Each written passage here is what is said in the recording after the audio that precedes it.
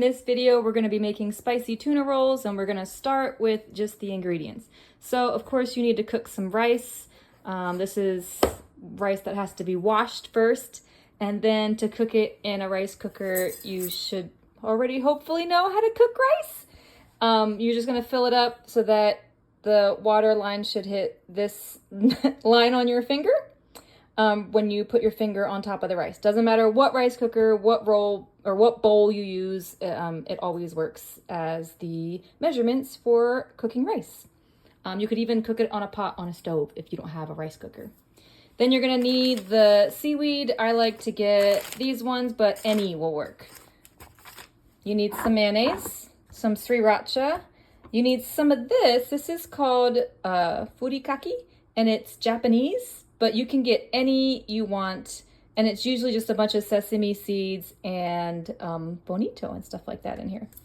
Then you've got the tuna. Any can of tuna will work. And then you've got a green onion chopped up very finely, which I'm going to do right now.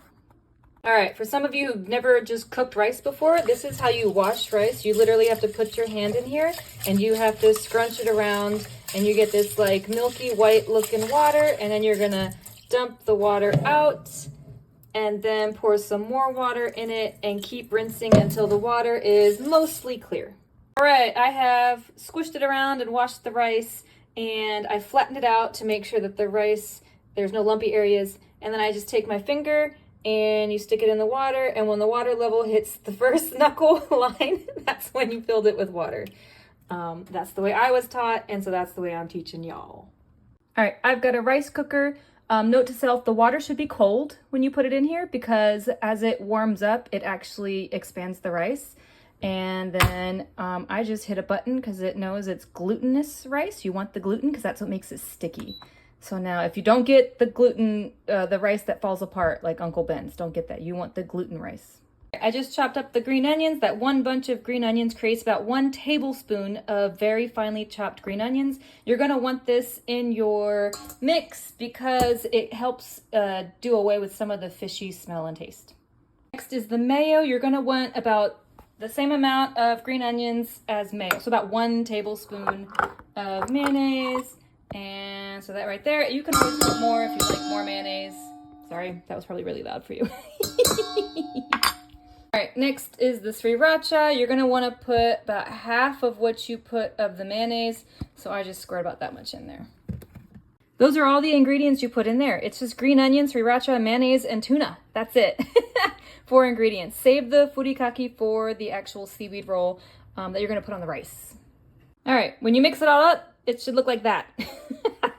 All right, we are continuing our spicy tuna rolls. I did want to mention a pro tip. All the green onions that you ever chop up, if you leave the bottoms and just stick them in water, this was overnight and they're already starting to grow. And take the water that you use to clean the rice and keep it, and then dump it on your plants, and it helps plants grow. It like gives them potassium from what I understand. All right, so now I've got my setup. All you need is seaweed. You need your spicy tuna. I did 10 cans because I'm making 10 rolls for y'all. And then your rice. And now I'm gonna start to put the rice on the sheet, and I'm gonna basically spread a thin layer on the sheet, and here's what it looks like all spread out in a thin layer. There's allowed to be some like gaps.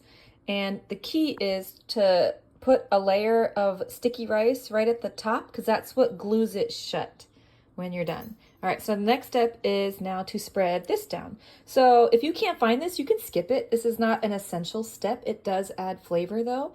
And this is kind of hard to find. You're gonna find different versions of it. I like this one. It is only available in like the Oriental stores. I've never seen it in a regular grocery store. Doesn't matter which Oriental store, usually anyone that sells Japanese, because it is a Japanese ingredient. And I'm gonna spread this on. Done. All right, next step is to put this in the middle right here, like so. So it's like right here. Don't put too much. That's like, you're gonna get giant roll if you put too much. So I would start with a little bit and then add to it if you want more in your roll.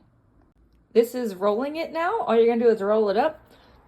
You are just gonna use your hands. The trick is to like stuff it under It's okay if some stuff spills out the side. You can see some of the tuna already going. Just go all the way to the edge and like pat it down and keep it down, and the edge seals because of the sticky rice that you have there. And then you're gonna slice it up into pieces. When you're slicing, it can be very sticky and it sticks to your knife. If you don't even want to slice it and you just want to grab it and go, you can wrap it in plastic and just eat it like a burrito.